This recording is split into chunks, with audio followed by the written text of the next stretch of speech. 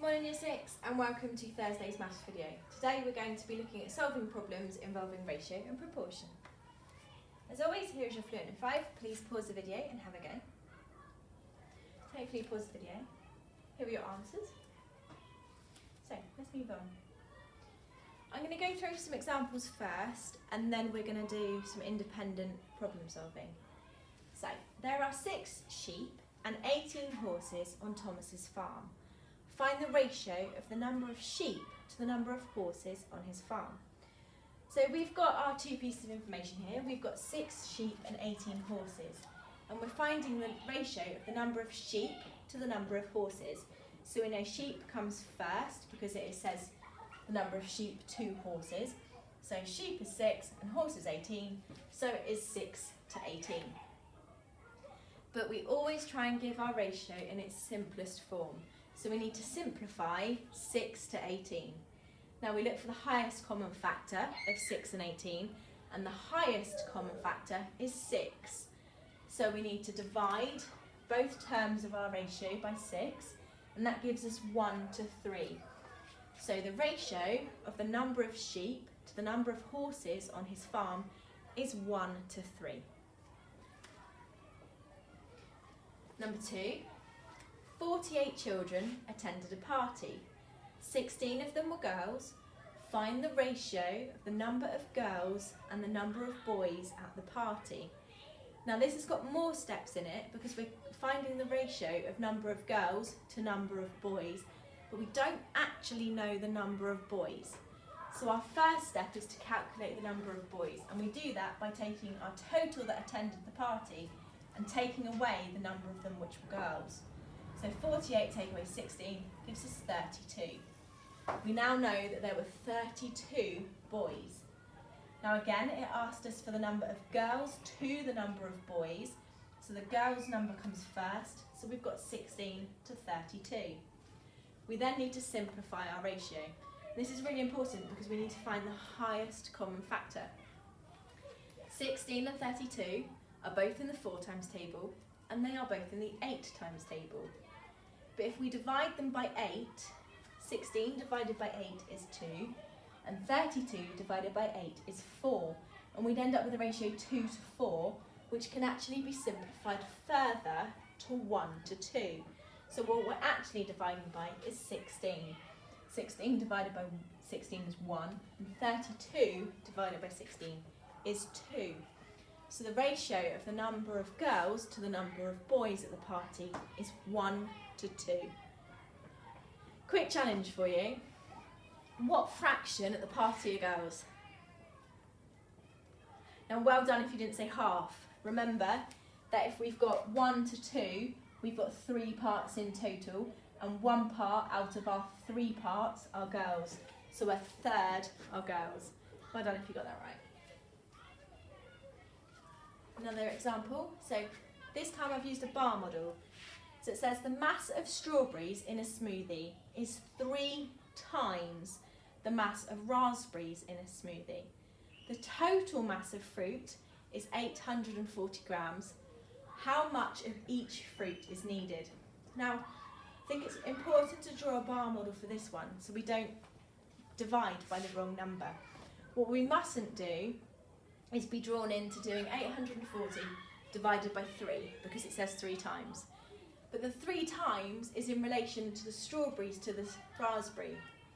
Now if there are 3 times the number of strawberries in comparison to raspberries, then our ratio is 3 to 1. Because for every 1 part raspberry, there are 3 parts strawberry, because there's 3 times as much. And you can see that from my bar, 1 part and 3 times the parts.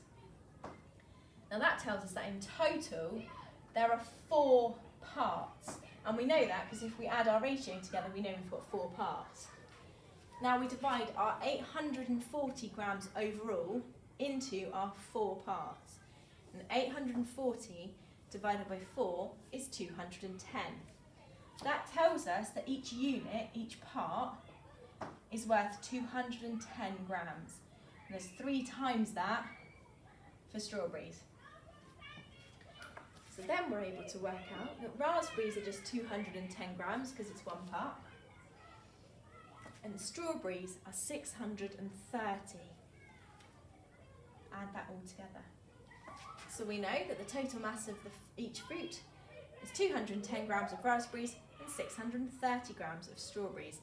With these sorts, it's always worth drawing a bar if it helps you understand and unpick. So over to you then. Now this one, I will go through the answers and then I'll set you new challenges and we'll go through all of those together at the end. But I just wanted to go through this one afterwards just in case we're still struggling. So over there in the green, we have a recipe for 6 people. And I want you to use that information to work out how much soup, or the ingredients for making the same soup, but for 3 people, 9 people, or 1 person. And this is actually a real life application of ratio. If you ever make a cake and you want to make a cake for more people, or you make a dinner and you want to make a dinner for more people, you will need to scale it up. You will need to use your scale factor. You'll need to use your ratio. So this is a real life example. So you've got your recipe for 6 people. What about 3, 9 and 1? Have a go and I'll go through the answers in a second. So if you're looking carefully, you've got all the information you need for 6 people. Now if you're finding 3 people, well that's half of 6. So you half all of your ingredients. So it would be half an onion, 30 grams of butter, 90 grams of lentils, 0.6 litres of stock, 240 millilitres of tomato juice. And you know it's 0.6 litres because 1.2 divided by 2 is 0.6, or 12 divided by 2 is 6, and you can divide it by 10. Now, the recipe for 9 people. Now what I did is I found the recipe for 3 people and I multiplied it by 3. And actually to make a change there, there's a typo. I'll pause it quickly until you can spot it. So it should be 1.8 litres of stock because 0.6 times 3 is 1.8 because 6 times 3 is 18. So well done if you spotted that just before I corrected it. So we have 1.5 onions, 90 grams of butter, 360 grams of lentils, 1.8 litres of stock and 720 millilitres of tomato juice. Lastly, if you want to find the recipe for 1 person, well, you've got the recipe for 6, so you could divide that by 6.